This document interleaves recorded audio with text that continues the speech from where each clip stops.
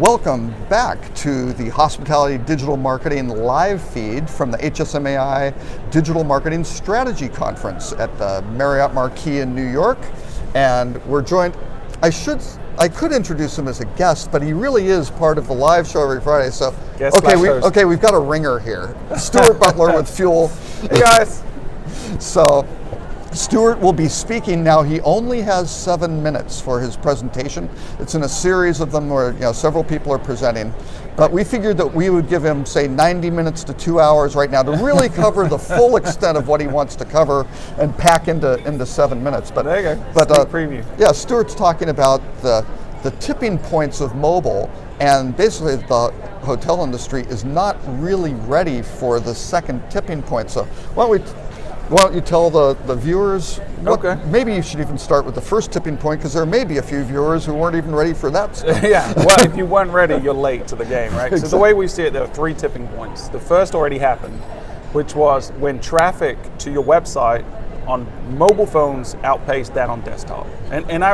When I say mobile, I'm really talking about phones, because tablets is such a small percentage, right? It's less than 5% in a lot of cases. And dropping in many cases. Decreasing significantly, yeah, for sure. So the first tipping point happened for us. The first clients was around 2015, beginning of 2015. We saw the majority of folks catch up by about middle of 2016 is where all of our clients now are at that first tipping point, where more traffic's coming from mobile phones than it is on desktop.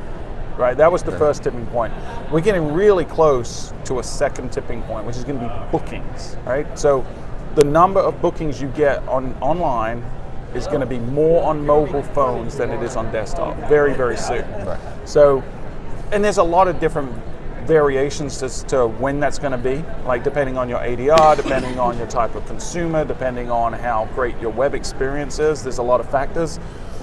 You can keep this from happening if you have a really horrible mobile booking experience. Yeah, if you don't want mobile bookings, the OTAs will gladly take them from you. If your site loads really slowly and really has large images which don't really work. Your booking engine is disjointed from your web experience. Bad navigation, hard button, very tiny buttons like a desktop that have been shrunk down to mobile. You can really put off this next change for a long time. The scary thing is a lot of people are. So the title of my topic today is the second mobile tipping point is about to occur and you're not ready. And the vast majority of people that we come to and look at their online experience, they're not ready for mobile. There's this myth out there that people they choose to do their research on a mobile phone, and then they put their phone down, go find their bag, pull out their laptop, open it up, go back to the same website they were already on, and then make a booking. Like, no one chooses to do that. We're forcing them to do that. And we think we're forcing them to do that because we create too much friction in the booking experience. And when I say friction, we make it tough for them. We get in their way. And the way we've developed our approach is we look at, my background's physics, right, as you know. So understanding how friction works in the real world and applying that to this comparison, what we say is we can either streamline the process, get the hurdles out of the way, right? It's kind of creating the ice versus a gravel, so there's less friction. Stuart has been instructed not to use the term lubrication. Yeah, we did that on our podcast. My colleagues didn't like that term. They got the giggles. You can lubricate so that the friction is reduced, or you can apply pressure and push things faster, and that's the other way to reduce friction, right? So we kind of do the 1-2 punch. The first, which is reducing the hurdles, is having a great experience, reducing the number of clicks. It's also making sure that everything's intuitive, pre-filling out forms, doing everything you can to minimize the effort it takes. That's the first. And then the second is applying psychology, like the tried and true sales techniques that we know have an impact on people's decision, especially important on mobile when people have limited micro moments to make a decision. They just went to the grocery store, they've got to go pick up Junior from the soccer practice. They have a very finite window and they can get to the end of that booking process. What are you going to do to push them all the way through to conversion, right? Are you going to add social proof so that they know other people have done that before? That helps them make that decision.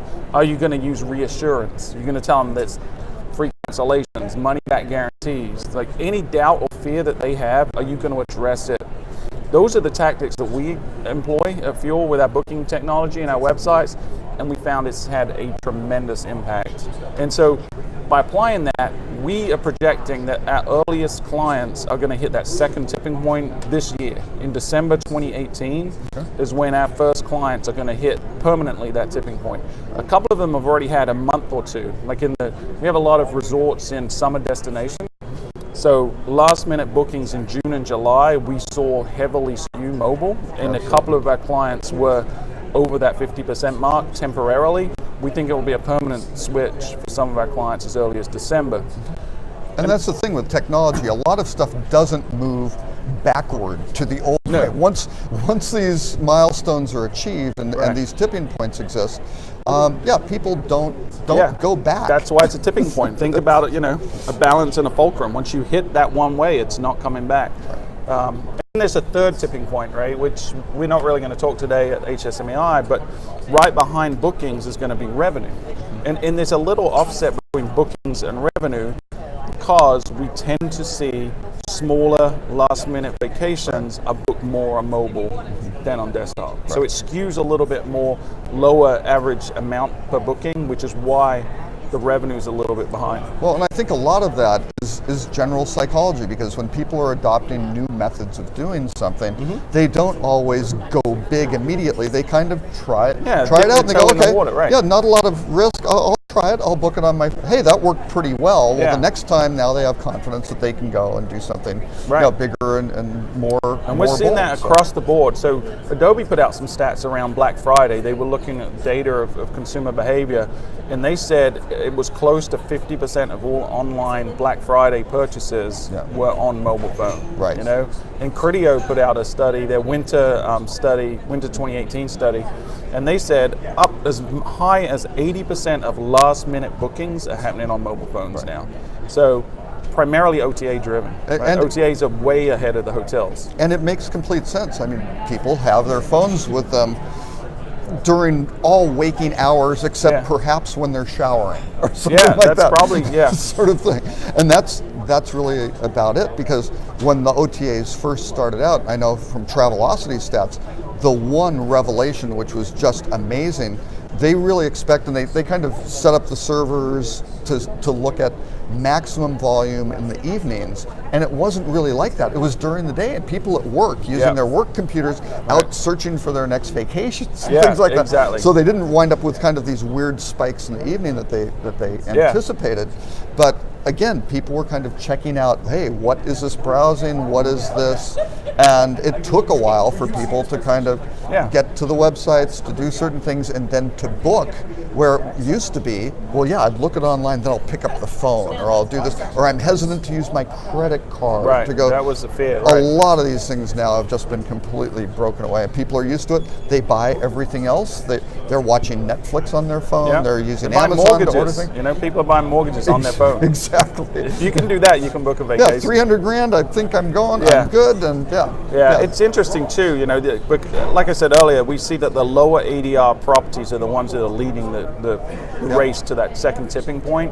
And I think you touched on one of the reasons, and that is if you're a lower ADR property, chances are you have a lower income clientele, right? Which would suggest on average, and I hate to generalize, but on average, the types of jobs that lower income family are in are probably less likely to involve a computer, right? So whereas those of us fortunate enough to work with a computer during the day can do our research at lunchtime or on the clock, whereas someone that's out, building a house cannot do that during the day on their desktop or laptop because they don't have it, but they can do it on their mobile phone. But someone who's on a site that's really, a mobile first, it works fantastically.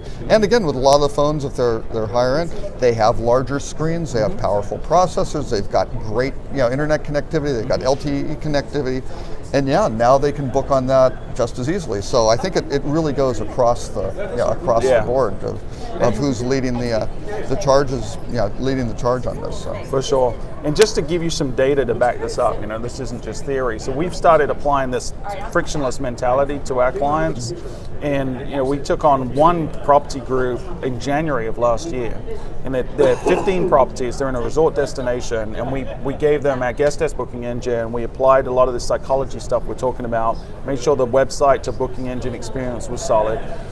They made Well, firstly, their mobile conversion rate increased by over 100%. Wow. Every single month, if you look month to month, it was over 100% increase on mobile. They made an additional $11 million over the previous year. So in 2017, But that's not that much. I don't know. $11 million. Yeah, okay. well, it's real small money, change folks. to you, right? Yeah. 70% of that 11 million growth was on mobile. Yeah. You know, and where they gained a lot of that was reducing reliance on OTAs. So they were down, so their net up was 11, but they were actually up online on their own assets about 14 million because they reduced OTA revenue by 3 million. Like that. So then it's 3 million and commission, you know. So I mean, it's phenomenally effective if you apply the right approach. And I would encourage everyone, you know, when you're building your marketing strategy, when you're building a new website, whatever it is, look at it on mobile. Don't sit there on your laptop and look at it. That's not the experience the guest has. Exactly. Look at it through the eyes of the guest. Look at it on mobile. And for every hotelier who loves to bash on the OTAs and, we don't want to pay these guys, take a look at your website and how it performs and what it's doing versus the experience on an OTA. Yeah. And if your experience is worse, guess what? You don't really deserve to get more share. Exactly. They're doing a better job than you are with your own product. So 100%. That's what you really need to focus on are the basics of. And I think Stuart put it very well. You anticipate the needs of all these. What are the friction points? What are the questions they're going to ask? What do they need answered to give them the confidence and assurance that all this is going to be great and they're not just going to have a great experience and everything like that, but yes, the booking will go through. You don't have to pick up the phone and, hi, do you have my reservation? All that sort of annoying stuff, which is completely unnecessary. Yeah, it is unnecessary. And yet people still think it is necessary because we as marketers aren't doing a good enough job of reassuring them, of giving them the answers beforehand. But just, I mean, go, like you said, look at the OTAs and what they're doing. If you download and you know, Booking.com is my favorite, but I think if you look at the Expedia app experience, you literally can select a location with one click, a property with another click, a room with another click. So 3 taps and swipe if you've got your credit card information in the bookings made. Right. 3 taps and a swipe. Yep. There's no hotel in the industry that offers that same experience. And Google is getting there with their new mobile, mobile hotel finder is doing the same thing, making it super easy to. Now, do they have the same great content of a really good hotel? No, but they figured out here's the elemental thing. And again, for a traveler who's there at that particular point, yes, they may be there going through the Google funnel, they may be on Expedia. All these things have to be figured out and optimized, so you're doing your best in each of these channels. But boy, you've got to really look at your own channel. Yeah. First and foremost, make sure you're doing it right there. Your owned assets are critical because we know that most guests, when they're doing their research, even if they start on TripAdvisor, they start on Expedia or start on Google, at some point in their research, they're going to end up on your website. So at some point, even after they've decided they want to stay at your property, they've made that decision. They're still making the decision, where do I book it? Right. Where's the value for me? What's the best? Friction is part of that, but also value is the other. Like, what can I do as a hotelier who has the undeniable advantage of actually hosting the guest? Like, Expedia doesn't host the guest, Google doesn't host the guest. I host the guest on my property. What can I do to make sure if they book direct, they have a great experience with me? And encourage them to do that, educate them to do that, and keep pushing them through the funnel. Right, and everything, even the confirmation emails, having things, with a calendar, things like that where they can load in, because again, a lot of individuals will have this, they're making a trip, it's in their calendar. Well, that's great. How do I get driving directions? Things, all those basic points, all those things that the staff are picking up. They're getting interrupted while they're checking someone in to answer a question of, what's your address, and things like that. If you can put that in on a mobile experience, especially because they booked on mobile, or even regardless, if they booked on a desktop, they are not carrying their desktop on the plane and hooking up to the Wi-Fi, and even a notebook. They've got their mobile phone, and how do I get here? I need the address to get an Uber or whatever they may be doing from the thing, and all of a sudden you make a great booking. Actually, you mentioned Booking.com. I actually booked for this conference, the Citizen M. Kudos to Citizen M doing an absolutely great job, because Citizen M stands for Mobile Citizen. That's how they came up with the name for the company. And I actually booked it through Booking.com, and so I didn't go to their website. I knew of them certainly, but wound up booking through Booking.com, and Booking had a little note saying, hey, what are different things you want to message going to the hotel? Well, I put that it was my 34th wedding anniversary or something like that. Yeah. Liked high floors, away from elevators, things Yeah. like that. They did it when we came in. They greeted us. They knew it was our anniversary. They said happy anniversary. We had a little card in the room which had not just happy anniversary printed on a thing that they've printed, but it was hand drawn with a 34 and then something in the corner saying, yeah, come visit us for some bubbly on us and things like that. Just really nice things. This morning I had a problem with my room key, which I demagnetized it next to my phone. Oops. It's amazing. 8 hours sitting facing onto the mobile phone happened to have a negative impact on it, but the guy gave it to him and he goes, oh, and by the way, congratulations, happy anniversary. And those little touch points are fantastic. And that's, I mean, when you talk to Michael Levy, who's the CEO of Citizen M, their number one thing was to have friendly, nice staff. Yeah. That is the one. Treat people like people. Right? Exactly. It's not that hard. We're in the hospitality business. Right? Be hospitable. Yeah. Being hospitable is a great thing, and to be welcoming and engage with them as individuals, not just a market segment or a statistic or something else. So, agree 100%. Well, that's great. Well, Stuart, thank you very much for the time. I Pleasure. think anyone who's seen this at the conference, well, I guess probably not that many people watching. They're out in breakout sessions and things like that right now.